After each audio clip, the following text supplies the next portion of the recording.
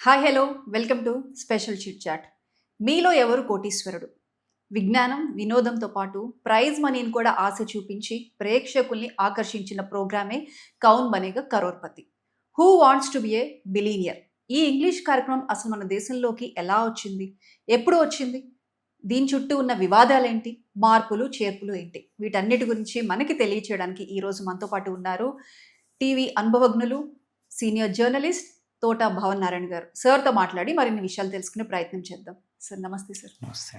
Sir చెప్పండి, కౌన్ బనేగా కరోర్పతి, మీలో ఎవరు కోటీశ్వరుడు, ఇది ఫస్ట్ బ్రిటన్లో స్టార్ట్ అయింది, మనం విన్నాం సార్. అసలు మన దేశానికి ఎలా వచ్చింది సార్? దీని పునాదులు ఏంటి సార్?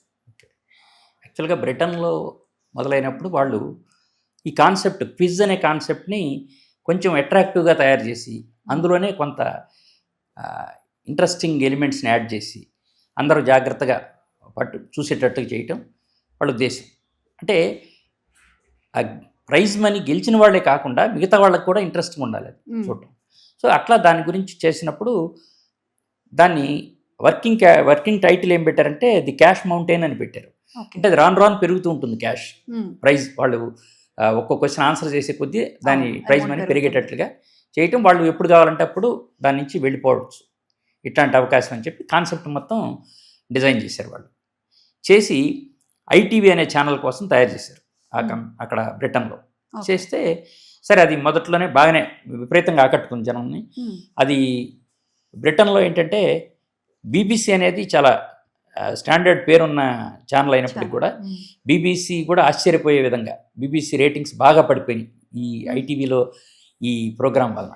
అంత బాగా ఈ ప్రోగ్రాం అక్కడ సక్సెస్ అయింది. సో సక్సెస్ కావటంతో జనరల్గా ఏమవుతుందంటే మనకి రకరకాల ఉపాయాలతోటి ఏ విధంగా దాన్ని సొంతం చేసుకుందాం అనే ఆలోచనలు కూడా మొదలైంది. అప్పుడు ఒక స్కామ్ కూడా జరిగింది. అప్పుడు పెద్ద స్కామ్ జరిగింది. అదేంటంటే ఒక క్వశ్చన్ అడుగుతున్నారు, మేజర్ క్వశ్చన్, అతను ఆన్సర్ చెప్పలేకపోయింది. మళ్ళీ ఒక దగ్గు వినిపిస్తుంది. ఆ దగ్గు వినపడగానే అతను ఆన్సర్ దిద్దుకుంటున్నాడు. ఓకే. సో అతను చెప్తూ పోయినప్పుడల్లా ఒక్కొక్కటి చెప్తున్నప్పుడల్లా ఏ ఆన్సర్ దగ్గర వీళ్ళు దగ్గారో అదే అతను రాంగ్ చెప్పాడు, అది కరెక్ట్ అని చెప్పి అతను కరెక్ట్ చేసుకుంటున్నాడు. అది తెలియలేదు అతనికి. ప్రైజ్ వచ్చేసింది £1,000,000 అక్కడ. సో £1,000,000 వచ్చింది. అతను బ్రిటిష్ ఆర్మీలో మేజర్ హోదాలో ఉన్నవాడు. అతను కంటెస్టెంట్. వాళ్ళ భార్య డయానా అని, వాళ్ళ భార్య దగ్గుతుంది. అది ఆమె పక్కన ఒక ఎక్స్పర్ట్ని పెట్టుకుంది. వాళ్ళు అతను చెప్పగానే ఆమె దగ్గుతుంది. ఆమె దగ్గుతోటి అతను ఆన్సర్ మార్చుకుంటున్నాడు. ఇది ఎవరికి తెలియలేదు, ఎవరు గమనించలేదు ముందు. గమనించకుండానే మామూలుగా అతనికి $1,000,000 ఇచ్చేశారు, చెక్ ఇచ్చేశారు, అదంతా అయిపోయింది. అది వెంటనే లైవ్ కాదు కదా అది. ముందు దాన్ని అతను వెళ్ళిపోయిన తర్వాత మొత్తం మళ్ళీ ఎడిట్ చేస్తున్నారు. ఎడిట్ చేసేటప్పుడు వాళ్ళకి డౌట్ వచ్చింది ఎడిటర్స్కి, ఏదో దగ్గు వినిపిస్తుంది, కరెక్ట్గా దగ్గు వినిపించినప్పుడే ఆన్సర్ మారుతుంది ఇట్లా అని. అట్లా 2 ఆన్సర్స్కే గమనించారు. లాస్ట్ 2 ఆన్సర్స్కి అది గమనించారు. తర్వాత వాళ్ళకి ఇంకా డౌట్ వచ్చి పాత వీడియోస్ కూడా తీశారు, అంతకుముందు రౌండ్లో అతను వాడినవి కూడా. అప్పుడు కూడా ఇట్లానే ఈ దగ్గుతోటి క్వశ్చన్ ఆన్సర్ మారటం, అతను గెలవటం ఇట్లా జరుగుతుంది. సో అందుకని మొత్తం ఆఫీస్ అంతా కూర్చొని మొత్తం మళ్ళీ ఒకసారి ప్లే చేసి అంతా అన్ని కెమెరాల్లో రికార్డ్ అయింది మొత్తం ప్లే చేసి చూశారు. చూసిన తర్వాత అప్పుడు అతని మీద కేసు పెట్టారు. ఈ కేసు పెడితే అతను ముందేమో లేదు నేను మామూలుగా తగ్గానని ఆమె చెప్పింది, కానీ అవేమీ నడవలేదు. లాస్ట్కి ప్రైజ్ మనీ వెనక్కి తీసుకోవటమే కాదు, అతని మేజర్ పోస్ట్ కూడా పోయింది ఆర్మీలో. పోయిన తర్వాత వీళ్ళు ఐటీవీ వాళ్ళు ఈ మొత్తం ప్రాసెస్ని వాళ్ళు ఎట్లా బయట పెట్టాము అనేది కూడా మొత్తం ఒక వీడియో చేసి ఒక డాక్యుమెంటరీ కూడా చేసి టెలికాస్ట్ చేశారు. తర్వాత దాని మీద ఒక బుక్ కూడా వచ్చింది, ఒక నాటకం వచ్చింది దాని మీద. సో అంత పెద్ద స్కామ్. అప్పటి నుంచి వాళ్ళు చాలా జాగ్రత్తలు తీసుకున్నారు. ఇట్లాంటిదే ఇంకొక స్కామ్ కూడా అక్కడ ఏం జరిగిందంటే, ఈ ఫోన్ ఏ ఫ్రెండ్ అని ఉంది కదా, ఈ ఫోన్ ఏ ఫ్రెండ్ అప్పుడు కూడా ఏం చేశారంటే ఒక ఆర్గనైజేషన్ తయారైంది. మీరు ఎవరైనా సరే మా నెంబర్ ఇవ్వండి, ఆన్సర్ చెప్తాం, మా నెంబర్ ఇవ్వండి, మా దగ్గర ఎక్స్పర్ట్స్ ఉంటారు అందరూ కూర్చొని మనకి ఇదేది శంకరదాదాలో చూపిస్తారు. అట్లా వాళ్ళందరూ కూర్చొని ఆన్సర్స్ చెప్పడం మొదలుపెట్టారు. అది కూడా బయటపడింది. సో అది బయటపడిన తర్వాత ఫోన్ ఏ ఫ్రెండ్ ఎవరికైనా ఇస్తారో వాళ్ళతో వీళ్ళు ముందే మాట్లాడతారు, వాళ్ళ ఫోటో తీసుకుంటారు, ఆ ఫోటో పెట్టి మరీ టెలికాస్ట్ చేసేటట్లుగా చేశారు. సో అట్లా స్కామ్స్ అన్నీ కూడా మీకు అక్కడే అయినాయి. లండన్లో అయిన తర్వాత ఫుల్ ప్రూఫ్గా ఉండటానికి, ఇట్లాంటి తప్పులు జరగకుండా ఉండటానికి ఏం చేయాలో అన్ని జాగ్రత్తలు తర్వాత తీసుకున్నారు. చేంజెస్ చేశారు. సో ఆ తర్వాతనే ఇండియాకి వచ్చింది. ఓకే. సరే, అయితే ఇప్పుడు మీరు చెప్పినట్లుగా ఇలాంటి స్కామ్స్ జరుగుతూ ఉన్నాయి. సరే, వాళ్ళు బ్రిటన్లో అయితే చిన్న చిన్న మార్పులు చేంజెస్ చేశారు. మన ఇండియాకి వచ్చింది సార్. ఇండియాకి వచ్చిన తర్వాత కూడా దీని క్రేజ్ అమాంతం పెరిగిపోయింది. అమితాబ్ బచ్చన్ గారు హోస్టింగ్ అంటేనే ముందు మెయిన్ అక్కడ జనాలు అట్రాక్ట్ అయిపోతారు. మన ఫార్మాట్ ఎలా ఉంది సార్ స్టార్టింగ్? అయితే ఇక్కడ ఏంటంటే ఇండియాకి రావటం కూడా చాలా ఇంట్రెస్టింగ్ జరిగింది. ఇండియాకి రావటం అంటే ఇక్కడ మీకు కొంచెం పాత కథ ఒకటి చెప్పాలి. మనకి స్టార్ టీవీ మొదలైన తర్వాత ఇండియా వరకు నేను టెలికాస్ట్ చేసుకుంటానని చెప్పి జి సుభాష్ చంద్ర వెళ్ళి స్టార్ వాళ్ళతో ఒప్పందం చేసుకున్నారు. వాళ్ళ ట్రాన్స్పాండర్ వాడుకునేటట్లు ఆ ఒప్పందం, హిందీలో ఇతను చేసుకునేటట్లుగా ఒప్పందం. ఓకే. అయితే వాళ్ళు హిందీలో వాళ్ళు రావడానికి లేదు అనేది కండిషన్. స్టార్ వాళ్ళు ఈయన ఇంగ్లీష్లోకి రావద్దన్నారు, వాళ్ళు హిందీలోకి రామన్నారు. అగ్రిమెంట్ చేసుకొని ఈయన్ని అలౌ చేశారు. 8 years పాటు ఇది కండిషన్. సరే, ఇదంతా అయిపోయింది.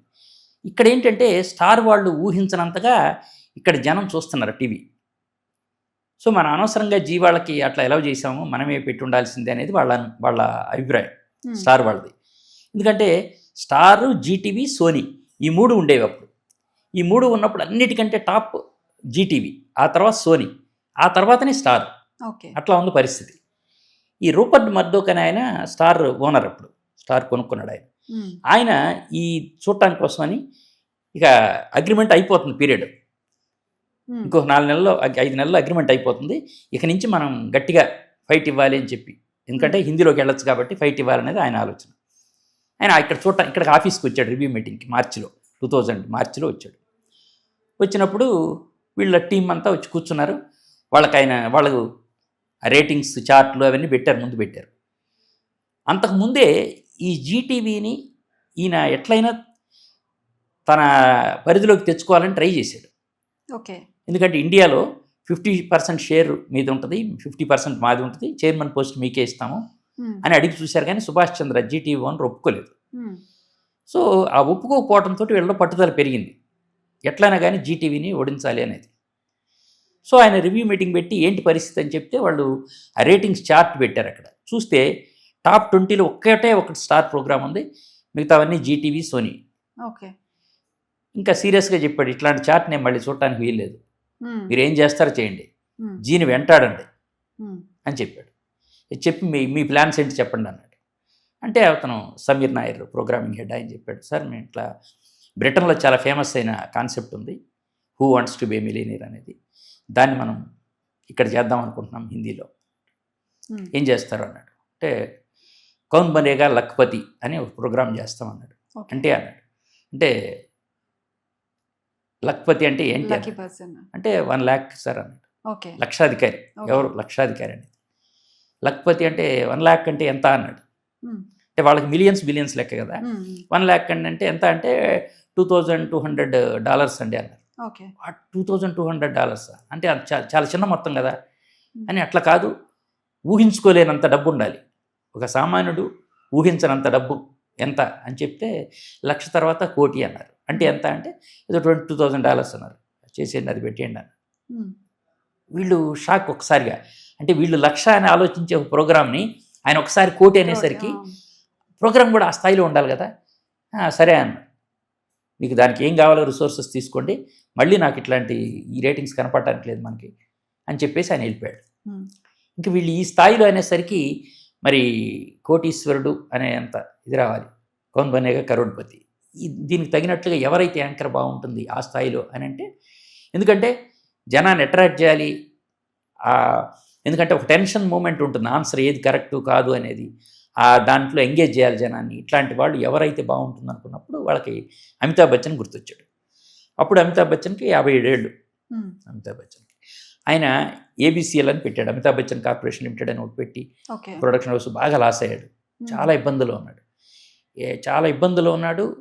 అదే టైంలో అప్పుడు అంబానీస్ అంటే వీళ్ళ ఫాదర్ అంబానీ, ఆయన ఏదో ఆదుకుంటానంటే కూడా ఈయన వద్దన్నాడు. తీసుకోవడం, డబ్బులు తీసుకోవడం ఇష్టం లేదు. వాళ్ళ Okay. ఫ్యామిలీ ఫ్రెండ్ అయినప్పటికి కూడా తీసుకోవడం ఇష్టం లేదు, ధీరుభాయ్ అంబానీ. ఇంకా ఆ టెన్షన్లో ఆయన ఉన్న టైంలో వీళ్ళు ఆయన అడుగుదామని అనుకుంటున్నారు. అనుకుంటూ ముందు వాళ్ళ మేనేజర్కి చెప్పారు ఈ విషయం, ఇట్లా ప్రోగ్రామ్ చేద్దాం అనుకుంటున్నాము, అమితాబ్ గారు కావాలని. టీవీ మీద చాలా చిన్న చూపు ఉండే రోజు. అతనే చాలా కోప్పడ్డాడు మేనేజర్, భలేవాళ్ళు మీరు అసలు ఎట్లా అడుగుతారు ఆయన్ని అని చెప్పి. కాదు అడిగి చూడు అని. ఎందుకంటే ఆయనకు ప్రామిస్ చేశారు ఈ ఈ కరోడ్పతి ప్రోగ్రాం భారీగా చేయటానికి. మరి అట్లా చేయాలంటే అమితాబ్ అనుకున్న తర్వాత, వాళ్ళకి అమితాబ్ అనుకున్న తర్వాత ఇంకెవరు గుర్తు రావట్లేదు అసలు ఆ స్థాయిలో. సరే అని చెప్పి వాళ్ళు అమితాబ్ని అడగాలని గట్టిగా డిసైడ్ అయ్యి మళ్ళీ వెళ్ళి అడిగారు. అడిగితే అతను, కాదు నేను టీవీకి రాను, నాకు ఇబ్బందులు ఉన్నమాట నిజమే కానీ నేను రాలేను అని అన్నాడు. ఇంకెట్లా చేయాలని ఆలోచించి, అప్పటికే బ్రిటన్లో జరుగుతుంది కదా షో, ఆయన్ని మీరు ఒకసారి వచ్చి ఆ షో చూడండి, అది ఎట్లా ఉంది, సెట్ ఎట్లా ఉంది, అదంతా చూడండి, మీరు చూసి మీరు సాటిస్ఫై అయితేనే చెద్దురు కానీ అన్నారు. సరేనా, ఆయన తీసుకెళ్ళారు, చూపిస్తే చాలా భారీ సెట్టింగ్, ఆ టెన్షన్, ఆ లైటింగ్ అదంతా చూసిన తర్వాత కొంత ఇంప్రెస్ అయ్యాడు ఆయన. ఆయన ఏమన్నా అంటే, మరి ఇదే స్థాయిలో మీరు చేయగలరా, ఇక్కడ ఇదే స్థాయిలో చేయగలరా అంటే, చేస్తాను, సరేనని ఒప్పుకున్నాడు. అట్లా ఒప్పించారు. ఆ ధైర్యంతో సేమ్ అదే మోడల్ ఇక్కడ చేస్తున్నారు. దానికి ఏంటంటే సిద్ధార్థ బస్ అని అతను క్విజ్లో చాలా ఫేమస్ అతను. అప్పటికే దూరదర్శన్లో ఆయన ప్రోగ్రామ్ బాగా హిట్. సో ఆయన, సమీర్ నాయర్ వీళ్ళందరూ కూర్చొని మొత్తానికి ఆ సెట్ డిజైనింగ్ ఇదంతా చూశారు, దగ్గర ఉండి చేశారు, అంతా రెడీ చేశారు. సో ఫస్ట్ డే షూటింగ్ జూన్లో షూటింగ్ జరుగుతుంటే, అంధేరి బాంబే అవుట్స్కట్స్లో జరుగుతుంది, సెట్ వేశారు. షూటింగ్లోకి వచ్చి ఆయన కూర్చున్నాడు, ఒక్కసారిగా లైట్స్ ఆఫ్ అయిపోయాయి, పవర్ కట్ అంటే ఏదో దీనివలన ఎక్స్ట్రా పవర్ లోడ్ వలన ఇది అయిపోయింది. ఇంకా ఆయన మళ్ళీ డల్ అయిపోయాడు, ఇది ఏదో అపశకనం లాగా ఉంది. వాళ్ళు ఏదో నచ్చజెప్పి ఆయనకి, కాదులేండి చేద్దామని చెప్పి నచ్చజెప్పి స్టార్ట్ చేశారు. షూటింగ్ అవుతూ ఉంది. అంతా అయిన తర్వాత July 3, 2000లో July 3 నాడు ఈ ప్రోగ్రామ్ సో టెలికాస్ట్ అయింది. మొత్తం విపరీతమైన అప్లాజ్ వచ్చింది ఛానల్. ఫస్ట్ వీక్లోనే 10 పాయింట్స్ ఉన్న రేటింగ్ పాయింట్స్ రావటం గొప్ప అనుకుంటే, నెక్స్ట్ వీక్ 18 వచ్చేసింది. సో ఇక విపరీతంగా సక్సెస్ఫుల్ అది. పైగా వాళ్ళు ఏం చేశారంటే, ఈ ప్రోగ్రామ్ అయిన వెంటనే నెక్స్ట్ 1 hour కొత్త సీరియల్ స్టార్ట్ చేశారు. సో ది క్యోంకి సాస్ భీ కభీ బహూ థీ, అంటే అత్త ఒకింటి కోడలే అని అర్థం వచ్చేది serial. So Ekta Kapoor serial అది కూడా విపరీతంగా జనాన్ని ఆకట్టుకుంది. సో వరుసన 2 hours కంటిన్యూస్గా ఇదే ప్రోగ్రామ్ చూసేటట్లుగా తయారై. సో దాంతో జీటీవీ వాళ్ళు ఏం చేయాలో అర్థం కాలేదు, ఒక్కసారిగా దీన్ని ఎట్లా తట్టుకోవాలో అర్థం కాలేదు. కొద్ది రోజులు ఏం చేశారంటే, కొత్త సినిమాలు కొని వేద్దాం అని చూశారు. అయితే వీళ్ళు ఫస్ట్ 1 day అనుకున్న, 2 days అనుకున్న ఎపిసోడ్ చాలా బాగుందనేసి 4 days కంటిన్యూ చేశారు. సో 4 daysకి వరుసన సినిమాలు కొని వేయటం కుదరలేదు. కానీ అతను ఏంటంటే, సుభాష్ చంద్ర చాలా పట్టుదల గల వ్యక్తి. అతను స్టార్ మీద గొడవపడి ఇక్కడికి వచ్చి జీటీవీ పెట్టి ఇంత చేసిన తర్వాత ఇప్పుడు మళ్ళీ స్టార్ పుంజుకుంటుందనే కోపంతో ఏం చేయాలి, ఎట్లా చేయాలి దీన్ని అడ్డుకోవటం అని చెప్పేసి సవాల్ 10 crore అని పెట్టాడు. 10 times సవాల్ 10 crore, 10 కోట్ల క్వశ్చన్ అని. అంటే ప్రైజ్ మనీనే ఒకసారిగా 10 కోట్లు చేశాడు. 10 కోట్ల తోటి పెట్టాడు. అప్పుడు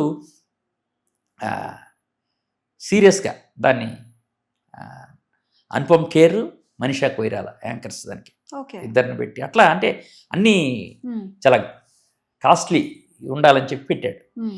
పెట్టినా కానీ పెద్దగా అది కూడా అట్రాక్ట్ చేయలేదు, సక్సెస్ కాలేదు. ఆ విధంగా సోనీ వీళ్ళు ఇద్దరు వెనకబడ్డారు. ఆ ప్రోగ్రాం బాగా సక్సెస్ అయింది. అది అంటే ఫస్ట్ ఎపిసోడ్కే అంతటి అప్లోజ్ రావడం అంటే, బ్రిటన్లో ఒక చూసి ఆ ఫార్మాట్ని మనం ఇక్కడ ఫాలో అయ్యి, ఆ రిసోర్సెస్ అన్ని మనం చేసి, అంటే ఇక్కడ ఏమవుతుందంటే ఫార్మాట్ అంటే ఆ ఫార్మాట్ ఓనర్ కంపెనీ అదే ఉంటుంది, ఆ కంపెనీ మారదు. వాళ్ళందరికీ వీళ్ళ దగ్గర వాళ్ళ రాయల్టీ తీసుకొని వీళ్ళకి ఇస్తారు. అందువల్ల ఒరిజినల్ కాన్సెప్ట్ అట్లానే ఉంటుంది. మనం ఇప్పుడు ఫ్రాంచైజ్ ఎలా, ఫ్రాంచైజ్ అంతే సేమ్ అట్లానే కాన్సెప్ట్ వాళ్ళదే. ఓకే. అంటే కంటెస్టెంట్స్ ని ఎలా సెలెక్ట్ చేస్తారు సార్? ఇంకా అన్నిటికీ సేమ్ ప్రాసెస్ ఎక్కడెక్కడ చేశారు ఇట్లానే ముందు స్క్రీనింగ్ టెస్ట్ చేస్తారు, స్క్రీనింగ్ చేసి కొన్ని క్వశ్చన్స్ అడిగిన తర్వాత వాళ్ళ నుంచి పిక్ చేసుకొని వాళ్ళకి అవకాశం ఉంటుంది. ఓకే. అంటే ఇంకొకటి ఆ క్వశ్చనరీ కూడా అంటే ఆ పర్టికులర్ పర్సన్ బట్టి ఆ క్వశ్చనరీ ఫార్మాట్ అనేది ఉంటుంది. అంటే వాళ్ళ ఇంట్రెస్ట్లు, వాళ్ళకి ఏ సబ్జెక్ట్ మీద అవగాహన ఉంటుంది, ఇట్లాంటివి కొన్ని ముందుగా తెలుసుకుంటారు కాబట్టి దాని ప్రకారం క్వశ్చనర్ ఫ్రేమ్ చేస్తారు. అందులో కూడా ఏంటంటే లెవెల్స్, ఏ లెవెల్ క్వశ్చన్ అనేది ఆ స్థాయి పెరిగే కొద్దీ కొంచెం గట్టి క్వశ్చన్ అడగాలి కదా, అవన్నీ కూడా తయారు చేస్తారు. దానికంతా ఒక టీం ఉంటుంది. సిద్ధార్థ బసు అందులో ఎక్స్పర్ట్ ఈ క్విజ్లో. ఇంతకుముందు దూరదర్శన్లో అతను చాలా ఫేమస్ ప్రోగ్రాము, బ్రిటిష్ వాళ్ళు కూడా ఆ ప్రోగ్రామ్ క్యారీ చేసేవాళ్ళు, అంత పెద్ద ఇది కాబట్టి అతను ఆ క్వశ్చన్స్ ఏ లెవెల్లో ఉండాలి, ముందు కొంచెం చిన్న క్వశ్చన్స్, కొంచెం తర్వాత పెద్ద క్వశ్చన్, అట్లా ఎందుకంటే అమౌంట్ పెరిగే కొద్దీ క్వశ్చన్ కూడా కొంచెం టఫ్గా ఉండాలి కాబట్టి అట్లాంటివి తయారు చేయడం అంతా కూడా అతను చేసేవాడు. అంటే ఇంకోటి సార్, ఈ క్వశ్చనరీ ఫార్మాట్లో అందులో ఒక సెటిల్డ్ క్వశ్చన్ అనేది, ఒక స్టాండర్డ్ క్వశ్చన్ అనేది ఒకటి ఉంటుంది. అక్కడికి వచ్చే వరకు వాళ్ళు అన్ని ఆన్సర్ చేసుకుంటే అప్పటి వరకు ఉన్న అమౌంట్ అయితే వస్తుంది.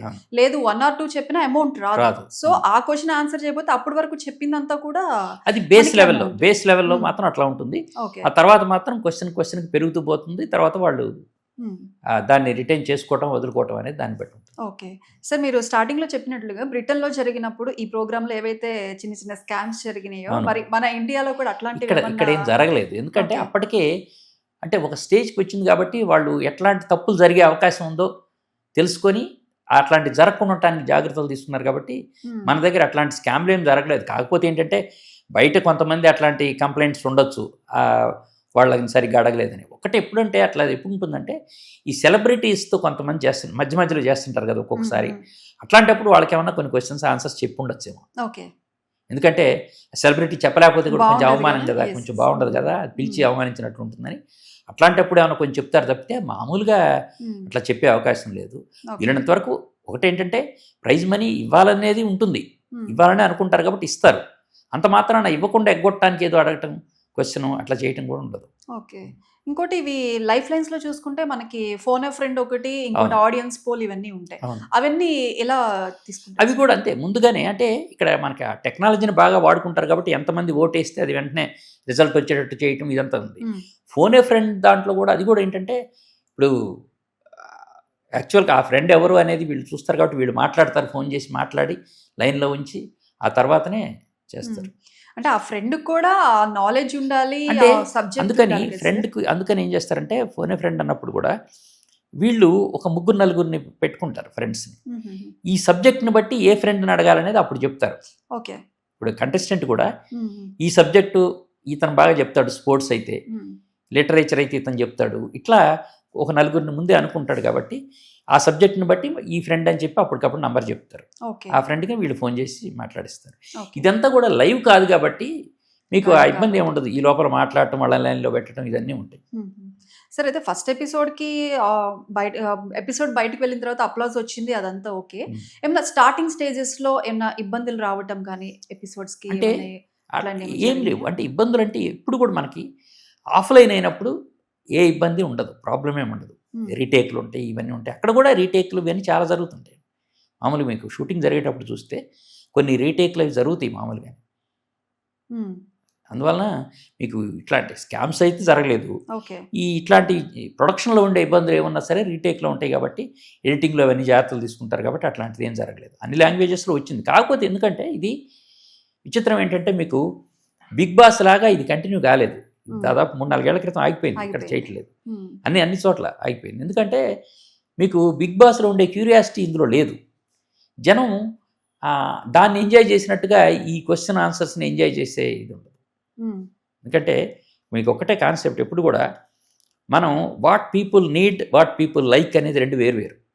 వాట్ పీపుల్ నీడ్ అనేది వాళ్ళు పెద్దగా పట్టించుకోరు. వాళ్ళకి అది అవసరం, మంచిది అని మనం అనుకుంటాం, కానీ వాళ్ళకి నచ్చేదే చూస్తారు. వాళ్ళకి ఇది మంచి చేస్తుందని చెప్పినా కానీ చూడరు. సో అట్లానే ఇక్కడ ఏంటంటే బిగ్ బాస్లో ఉన్న క్యూరియాసిటీ ఎలిమెంట్ ఇందులో ఉండదు. ఇది కొద్ది మందిలోనే క్యూరియాసిటీ ఉంటుంది.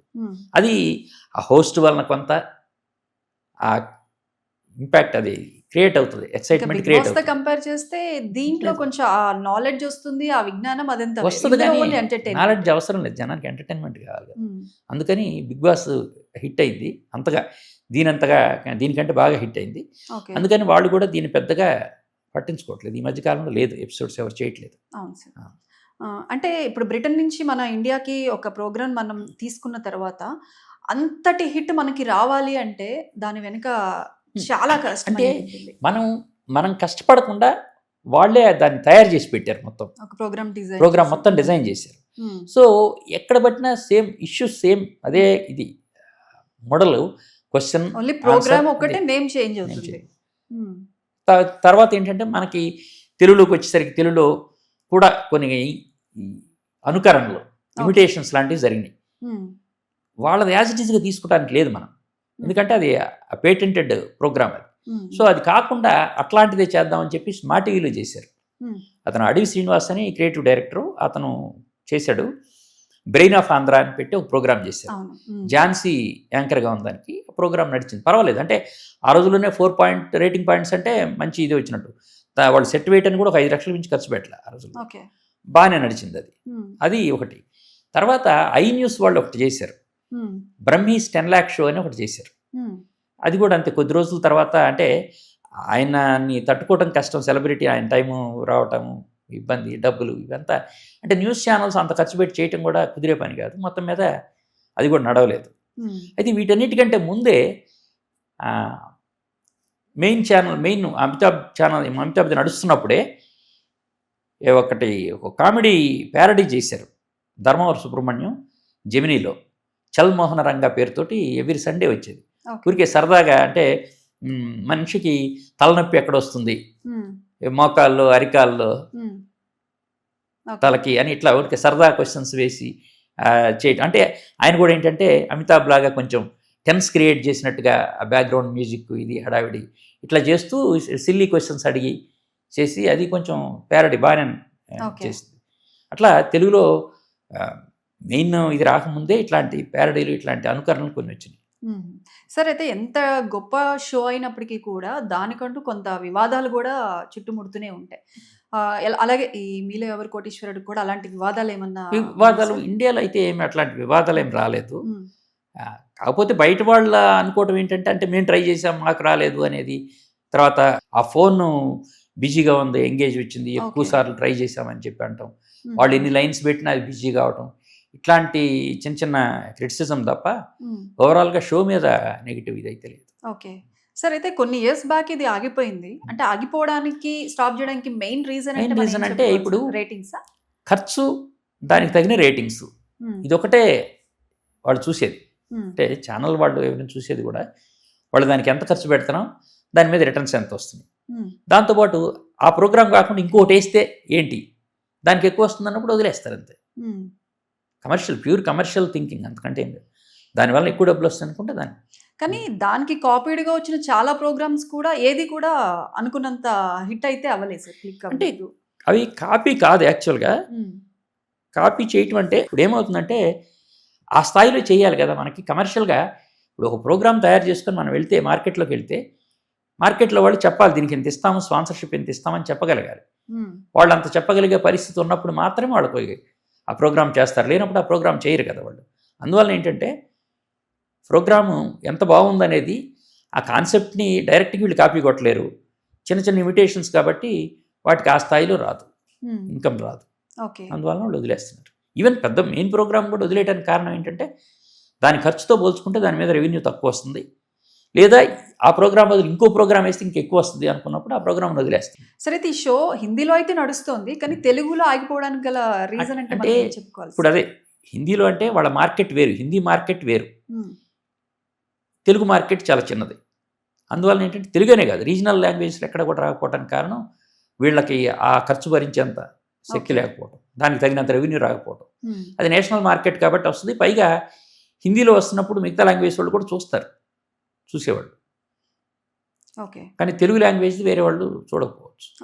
అట్లా దానికి మార్కెట్ ఎక్కువ ఉంటుంది కాబట్టి అది నడుస్తుంది. ఓకే సార్, బిగ్ బీకి సినిమాల ద్వారా ఎంత పబ్లిసిటీ వచ్చిందో, ఎంత క్రేజ్ వచ్చిందో, ఈ అదే సిమిలర్గా కౌన్ బనేగా కరోర్పతికి కూడా ఆయనకి అంతే ఫ్యాన్ బేస్ పెరిగిపోయింది, క్రేజ్ పెరిగిపోయింది. ఓవరాల్గా ఆయనతో కంటిన్యూ చేయడం కావాలి, ఇన్ని ఇయర్స్ కంటిన్యూ చేశారు. ఇప్పుడు తెలుగులో ఆగిపోయింది కానీ హిందీలో కంటిన్యూ అవుతుంది. అంటే మెయిన్ రీజన్ మనం ఎట్లా చూడాలి సార్? అంటే ఆయన కూడా చెప్పుకున్నారు, నిజంగా నేను చాలా కష్టాల్లో ఉన్నప్పుడు ఈ ప్రోగ్రాం వచ్చింది, నేను కొంత ముందు వెనకడుగు వేసాను, తర్వాత వచ్చింది, దీనివలన మళ్ళీ నేను జనంలోకి వచ్చాను, ఫేమ్తో పాటు డబ్బు కూడా వచ్చిందని ఆయనే ఒప్పుకున్నారు. సో ఆయన ఆ ప్రోగ్రాం బాగా ఫిట్ అయ్యారు, ఇంకా మనం వేరే వాళ్ళ గురించి ఆలోచించలేనంతగా ఫిట్ అయిపోయారు. మనకి తెలుగులో అయితే మారారు, చూస్తున్నాను తెలుగులో మారారు, చిరంజీవి చేశారు, జూనియర్ ఎన్టీఆర్ చేశారు. సో కానీ అక్కడ అట్లా కాదు, ఆయన కంటిన్యూ చేయటం ఉద్దేశం ఏంటంటే ఆయన సక్సెస్ఫుల్గా చేయగలిగారు. సార్ మళ్ళీ అటువంటి ఒక ప్రోగ్రామ్ మళ్ళీ మనం చూడిస్తామంటారా సార్? తెలుగులో చెప్పలేము, మళ్ళీ వాళ్ళకంటే ఇంకేదైనా కొత్త ఆలోచన వస్తుందా, మళ్ళీ దాన్ని మళ్ళీ తీసుకుంటారా అనేది చెప్పలేము, కానీ ప్రస్తుతానికైతే బహుశా ఆల్మోస్ట్ సౌత్లో అందరూ మర్చిపోయారు ఆ ప్రోగ్రామ్. ఓకే, బిగ్ బాస్ ఉందంటే ఇప్పుడు ఆ జోనర్ కంప్లీట్గా డిఫరెంట్, ఆ genre different. Okay, right sir. నిజంగా బిగ్ బాస్ ఈ షో కావచ్చు, ఇలాంటి కరోర్పతి, కౌన్ బనేగా కరోర్పతి కావచ్చు, బిగ్ బాస్ అంటే ఓన్లీ ఎంటర్టైన్మెంట్ ఒకటే మనం చూస్తాం, కానీ ఇలాంటి కౌన్ బనేగా కరోర్పతి, మీలో ఎవరు కోటీశ్వరుడు, who want to be A millionaire, ఇలాంటి ప్రోగ్రామ్స్ విజ్ఞానంతో పాటు వినోదాన్ని కూడా మనకు అందిస్తూ ఉంటాయి. కానీ వీటికి కొంత ఏంటంటే ఆ ఎంకరేజ్మెంట్ తగ్గిపోతుంది, చూసే ప్రేక్షకులు కూడా తగ్గిపోతూ ఉన్నారు, ఓన్లీ ఎంటర్టైన్మెంటే కోరుకుంటున్నారు. కాబట్టి మన తెలుగులో ఆల్మోస్ట్ ఒక 3-4 years నుంచి ఆగిపోవడం కూడా జరిగింది. సో ఇలాంటి ప్రోగ్రామ్స్ ముందు ఇంకా మరెన్నో రావాలని కోరుకుందాం. ఈ కౌన్ బనేగా కరోర్పతి గురించి ఏవైతే మనకి డౌట్స్ ఉన్నాయో, అసలు ఎప్పుడు ఎలా స్టార్ట్ అయింది, ఆ ఫార్మాట్ ఏంటి, ఇవన్నీ కూడా మనకి క్లియర్గా భావనారాయణ గారు మనకి తెలియజేశారు. మరో టాపిక్తో మళ్ళీ మీ ముందుకు వచ్చేస్తాం. సార్ నమస్తే sir, thank you. Keep watching 99 TV.